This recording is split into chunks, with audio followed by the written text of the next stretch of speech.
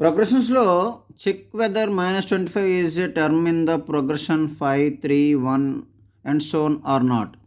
అంటే అర్థం ఏంటంటే 5, 3, 1 ఒక ప్రోగ్రెషన్ ఇచ్చాడు. దాంట్లో -25 అనేది ఒక టర్మ్ అవుతుందా కాదని చెప్పమంటున్నాడు. ఇంతకీ ఏ ప్రోగ్రెషన్ చూద్దామండి. ఇక్కడ డి వాల్యూ -2 వచ్చింది. ఇక్కడ కూడా డి వాల్యూ -2 వచ్చింది. సో డి వాల్యూస్ ఈక్వల్ కాబట్టి ఇది అర్థమెటిక్ ప్రోగ్రెషను. సో అర్థమెటిక్ ప్రోగ్రెషన్లో ఏఎన్కి ఫార్ములా ఏంటంటే a + n-1 ఇంటూ డి అండి. ఇప్పుడు ఇక్కడ a ఎంత అండి 5 అండి. d -2. మనకు అక్కడ అడుగుతున్న క్వశ్చన్ -25 ఎన్నో టర్మ్ అని అడుగుతున్నాడు.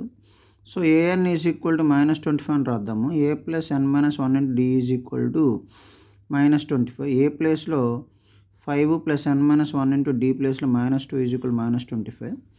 So n-1 into -2 -30. ఈ 5 వదిలికి వెళ్తే సో n-1 15.